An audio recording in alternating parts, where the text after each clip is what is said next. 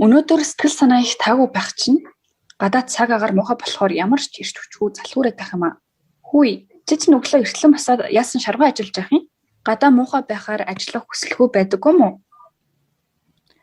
Манай дорны улсуудад чинь цаг агаар хувь хүний сэтгэл санаа, ажлын үр дүн болон амьдралын хэв маягт огтхон ч нөлөөлдөггүй. Өнөөдөр Япон улсад их хүүтэн өдөр байгаа. Би чамд цаг агаар бидэнд нөлөөлдөггүй болохыг харуулъя. За түр хүлээгээрэй. Энэ хоёр хүн хинбэ гэж юу?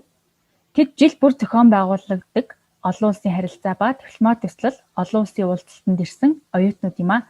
Энэ жил тус 3 хоногийн уулзалт нь Америкийн нэгдсэн улсад зохион байгуулагдаж байна. Саяны хүмүүс тус уулзалтын үеэр нэг бог болон ажиллаж байгаа хамтрагчид юм. Энэ бол Герман улсаас ирсэн оюутан Эма, харин энэ бол Япон улсын иргэн Хина юм а. Гайхалтай. Хинч бүрхэг үйл адар бороог тоохгүй байна шүү дээ. Тэд бүгд энэ ажлын ачаалттай өдөр нэг нэгтэйгээ дотн нэмсэглэж, мэд мэдэлцэж байна. Манай улсад зарим нэгэн зүйлс их өөр байдаг бололтой. Танай улсад ямар байдгийг мэдмээр санагдчихлаа. Тэд үнэхээр гонигтай харагдаж байна. Яг л ямар нэгэн аимшигтай эсвэл хэцүү зүйлс бүгдэнд нь зэрэг тохиолдсон юм шиг. Тийм ээ. Тэдэнд тохиолдсон тэр хэцүү зүйл нь энэ адар бороогоос үйлэрхэх тэнгэр юм. Магадгүй амттай халуун хоол тэдний сэтгэл санааг сэргээх бах. Манай халуун хоол бидний ич хүчийг нөхөж ямар ч нөхцөлд ад жаргалтай байхад тусалдаг. Наадах чинь гайхалтай санаа боловч тэд халуун хоол идэхийг хүсэхгүй л ах. Өрнийн улсуудад өдөрт ганц л удаа халуун хоол иддэг бол дорнын улсуудад хооллох болгондоо халуун хоол иддэг байна. Өрний хүмүүс цаг агаараас үүссэн сэтгэл санааны гутран байдлаа ил гаргаж ирдэг бол дорны хүмүүс цаг агаар сэтгэл санаанд нь дарамт үзүүлсэн ч нартай өдөршгөл хэвийн байж чаддаг.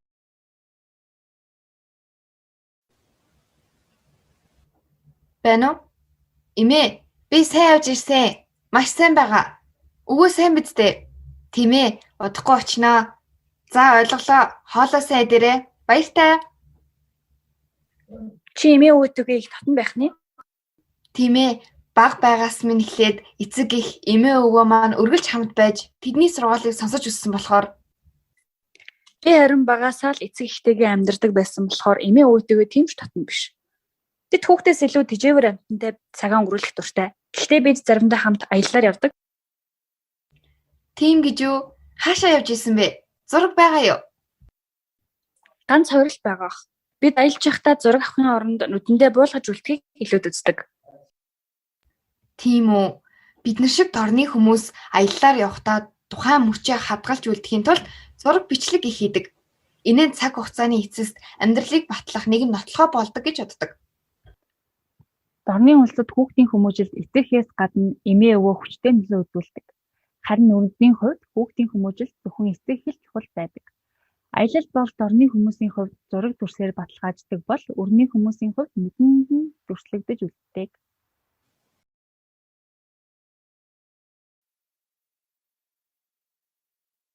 За багшаа, ойлголоо. Баярлалаа. Манай багш надад өөрийн биеэр мэдэрч суралцахыг зөвлөсөн бол танай багш чамд юу болдог талаар маш тодорхой зааж өгч байна шүү. Гэтэл чи огт дуу гаргахгүй, төвчээрдээ сонсоод л байх юм. Тийм ээ. Учир нь дорны улсуудын хувьд боловсрол гэдэг бол сургам хүмүүжүүлэх, заах, багшлах гэсэн утгатай. Тиймээс багш нар санаачлагтай, хичээнгүйлэн ажиллаж сурагчдад суурь мэдлийг бат бөх тавьж өгдөг. Тийм ч учраас сурагчид түүнийг хүндэлж дуулууртай хүлээцтэй байж алдаа гаргахаас их айдаг. Харин өрөндөд боловсрол гэдгийг чиглүүлэх гэсэн утгатай. Тиймээс ч багш нар сурагчдыг хэрхэн бүтээл сэтгэлгээтэй болгох, мэдлийг сурагчид хэрхэн өөрсдөө олж авах тал дээр илүү ажиллаж, амь тавилцааг бий болгодог. Ингэснээр сурагчид өөртөө ихтэй бие даасан, сониурч, чөлөө сэтгэлгээтэй байж чаддаг гэж боддог. Дорндод боловсрол гэдэг ойлголт нь багш төвтэй зааж сургах байдаг бол өрөндөд сурагч төвтэй зааж чиглүүлэхэд оршдог. Өнөөдөр бол уулзалтын сүүлийн өдөр бөгөөд тэд хаалтын үйл ажиллагаанд уригдсан юм. Надтай хамтран ажилласанд үнэхээр их баярлалаа. Би багийн ажиллагаа сонирхолтой, үр дүнтэй нэг хүний ажлаас илүү чухал байдаг гэдгийг, мөн заримдаа бусдад итгэж, бусдын төлөө хариуцлага хүлээх чухал гэдгийг чамаас маш сайн сурч авлаа. Харин би чамаас зарим тохиолдолд өөрийгөө гайхалтай, онцгой гэж бодож өөрийнхөөрөө байх нь өөрийн санаа бодлыг илэрхийлэхэд тустай байдаг болохыг ойлгож авлаа. Тэд хэдий хоёр өөр улсын өөр соёлтой хүмүүс ч гэлээ нэг нэгнээсээ сурах зүйл хизээж дуусахгүй гэдгийг баталж өглөө. Бид харилцан бие биенийхээ соёлыг хүндлэх хэрэгтэй бөгөөд зарим тохиолдолд суралцаж соёлын ялгааг мэддэг байх нь чухал. Хүний нүдэнд аливаа улсын соёлын дөнгөж 20% нь харагддаг бол үлдсэн 80% нь нууцлагдмал байдаг.